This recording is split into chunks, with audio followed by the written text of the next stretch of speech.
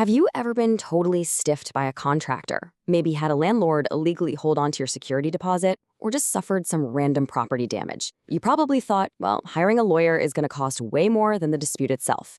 Actually, scratch that, think again. Welcome to This Explainer. Today we're unlocking the exact step-by-step process for filing a small claims case right here in Delaware, so you can actually get your money back without drowning in attorney fees. Now, right out of the gate, here's a massive game changer. Delaware has the absolute highest small claims ceiling in the entire United States. Seriously, no way around it. It's a whopping $25,000. To put that into perspective, that's enough to buy a brand new economy car. This gives you, the consumer, immense power. You've got a highly accessible forum for substantial disputes right at your fingertips. And you don't even strictly need to hire a lawyer to use it. So, here is our roadmap for today. We're looking at court basics: preparing your case, filing your complaint, serving the defendant, winning at your hearing, and finally, judgments and next steps. Let's dive into Section 1, Small Claims Court Basics. Okay, here's a funny little quirk you need to know. Delaware doesn't actually have a building with a giant sign that says Small Claims Court. So you're actually going to be filing your claim in the Justice of the Peace, or JP Court. This specific court applies a really simplified set of rules that functions basically as the state's small claims track. So, what kind of cases do they actually take? Well, if a client totally ghosts you on an unpaid invoice, that's a debt action. You've also got trespass actions for property damage. Think along the lines of a reckless driver hitting your parked car, or maybe a dry cleaner completely ruining your absolute favorite suit. They handle landlord and tenant disputes too, and something called replevin. That's just a very fancy legal-sounding word for demanding someone return your personal property. But listen, the clock is absolutely ticking. Delaware has a pretty short deadline to file your lawsuit, which we call the statute of limitations.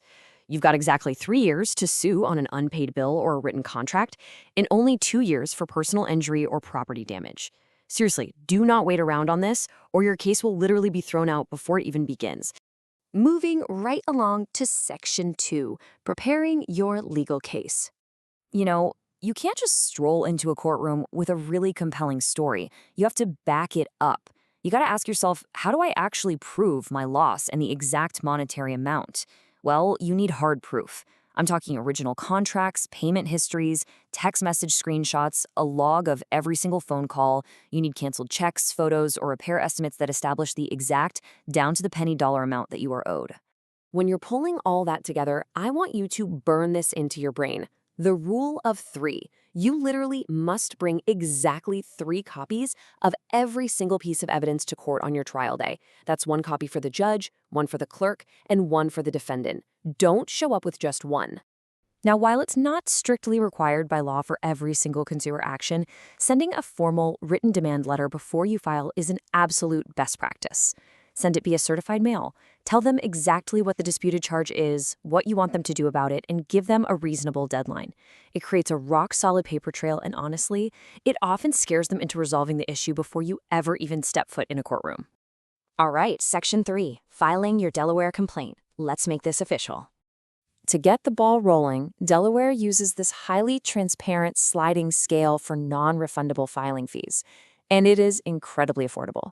We're talking $35 to $45, depending on how much money you're fighting over or if it's an eviction. It's literally cheaper than a decent dinner out. Just keep in mind, the court won't even docket your proceeding until those statutory fees are paid in full. And a quick heads up, you can't just pick the courthouse that's closest to your favorite coffee shop. You generally have to file the official civil complaint form in the specific Justice of the Peace court tied to the county where the defendant actually lives or where the damage happened.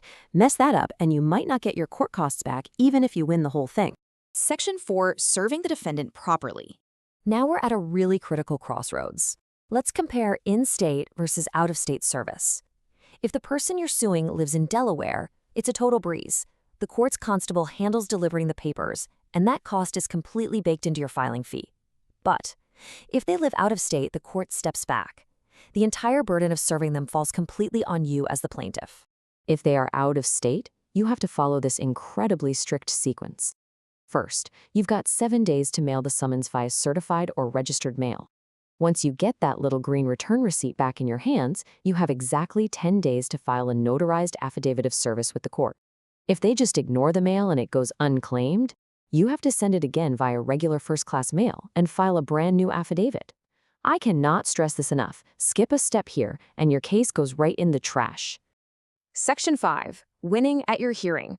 The courtroom showdown. Okay, so the defendant is served, you've got a trial date. Here is your rapid-fire game day checklist. First, practice your presentation at home. A little rehearsal goes a long way for your nerves.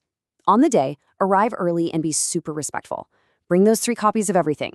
If you're claiming property damage, you absolutely must bring a qualified live witness to talk about repair costs. And if someone doesn't want to show up, request a subpoena at least 5 business days before the trial. It only costs $10.